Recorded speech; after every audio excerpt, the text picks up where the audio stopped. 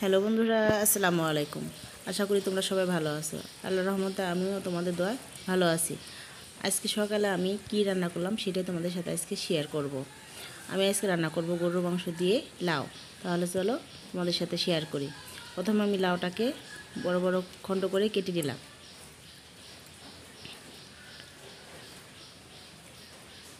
লাউটা একটু মোটা মোটা করে কাটতে হবে। কাটা হয়ে গেল আমার লাউ। এবার আমি কড়াইয়ের মধ্যে পরিমাণ মতন তেল দিয়ে দেব।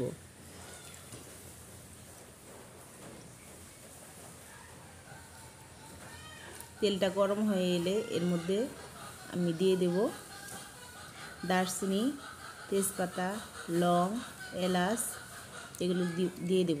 এখন দিয়ে দেব এর মধ্যে অল্প কিছু পেঁয়াজ, কারণ এই মশলাটার মধ্যে আমার অলরেডি পেঁয়াজ দেয়া আছে। এখন আমি অল্প কিছু সামান্য কিছু পেঁয়াজ দিয়ে দেব।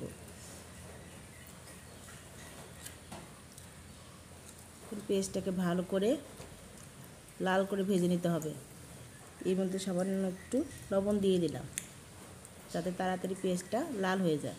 এখন আমি এইখানে জিরা, আদা, রসুন, মরিচ এবং পেঁয়াজ সব কিছু মিলিয়ে আমি একটা পেস্ট করে নিয়েছিলাম। এখন আমি এটা তেলের মধ্যে দিয়ে দিলাম।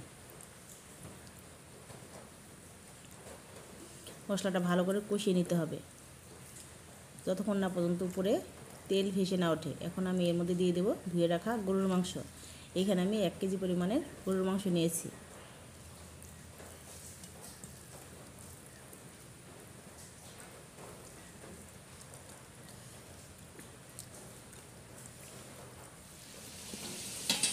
আমি ঢাকনা দিয়ে ঢেকে দেবো কিছুক্ষণের জন্য। আমি এবার দেখব যে মাংসটা কেমন হলো। হ্যাঁ, মাংসটা ভালো করে কষানো হয়ে গেছে। এর মধ্যে দিয়ে দেবো আমি ধুয়ে রাখা লাউ। বন্ধুরা, তোমরা চাইলে এরকম একটা রেসিপি বাসায় ট্রাই করতে পারো, খেতে ভীষণ মজা। লাউ দিয়ে আমি মাংসটা ভালো করে কষিয়ে নেব।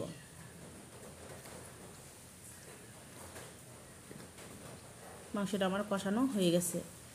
এর মধ্যে আমি দিয়ে দেবো পরিমাণ মতন গরম পানি।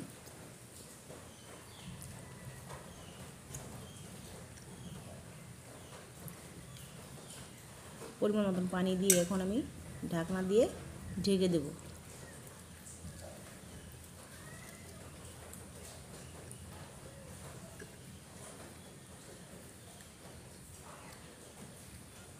এখন আমার তরকারিটা প্রায় শেষের দিকে।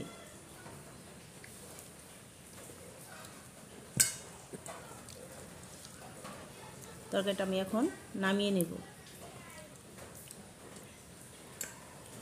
অলরেডি আমার তরকারিটা হয়ে গেছে। এখন আমার কলিজার টুকরা খালামণি এখন খেয়ে দেখবে কেমন হয়েছে।